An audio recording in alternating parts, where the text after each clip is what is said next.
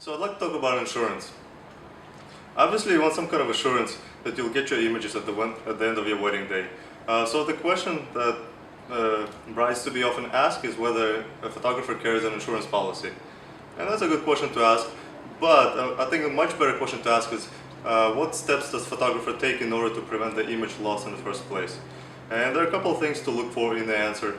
At the very bare minimum, a photographer should show up with multiple cameras on the day of your wedding. So if something happens to one camera, they can just pick up another one and just keep going.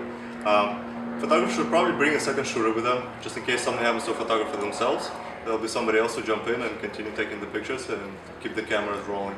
And photographer gets a bonus point if they have one of the newer cameras that can record to multiple memory cards at the same time, which means that if one of the cards goes corrupt, there's a second copy of all of your images right there in the camera.